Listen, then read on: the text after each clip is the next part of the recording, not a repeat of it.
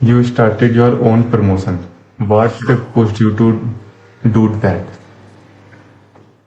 Oh, the first time someone asked me this question is at one of the live Queen of Rock shows. The Hmm. answer back then was, I wanted to become rich. It's not the real answer.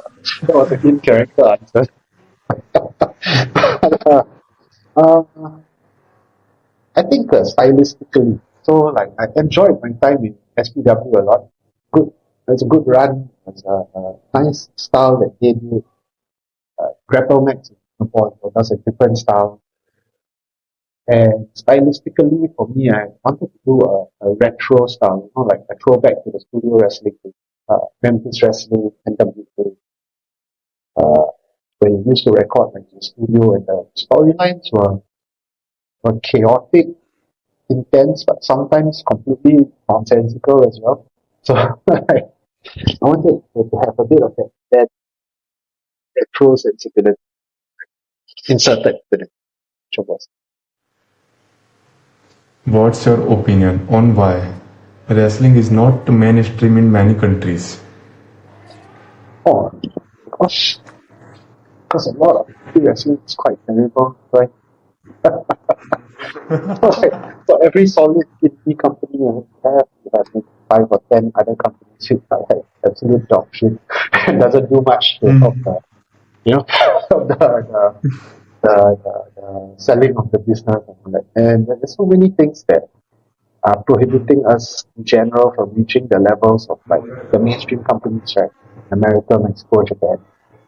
Yeah, and a lot of it is fundamental because like either the people don't look the part, they don't wrestle the part, so the gear is bad, lighting is bad, stuff like that. The matches are, the guys that run the shows are untrained, are not fully trained, and stuff like that. So I think because the quality in general isn't exactly very good unless you count the companies that are a bit more professional or Southeast Asia. Asia in general is pretty safe, but people who have worked American and all that, a lot of like nonsense out there that just won't affect business as well. Did you watch SmackDown last week?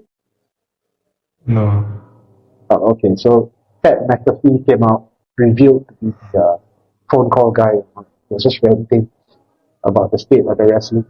And then I think all the top guys they have time on the mic, uh, all targeting like the state of the wrestling business. So pretty interesting. Not very different from how I feel, I guess. So, do you believe wrestling can grow bigger in the future? Oh yeah, for sure, for sure. Even for me also, I facing like certain like commercial problems.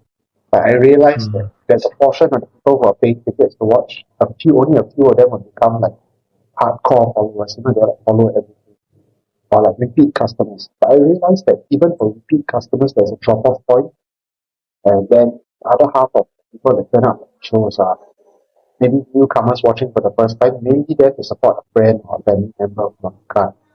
So it's a matter of like sustaining the interest, right?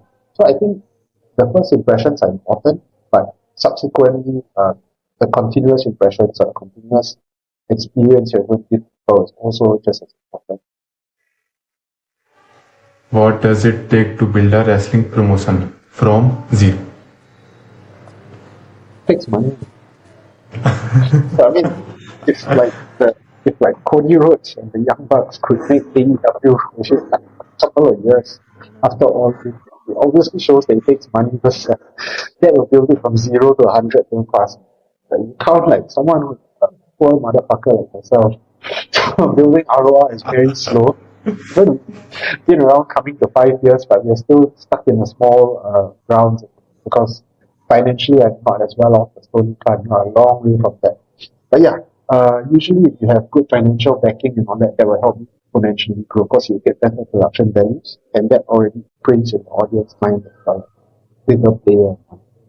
So definitely takes money. It's the most important. If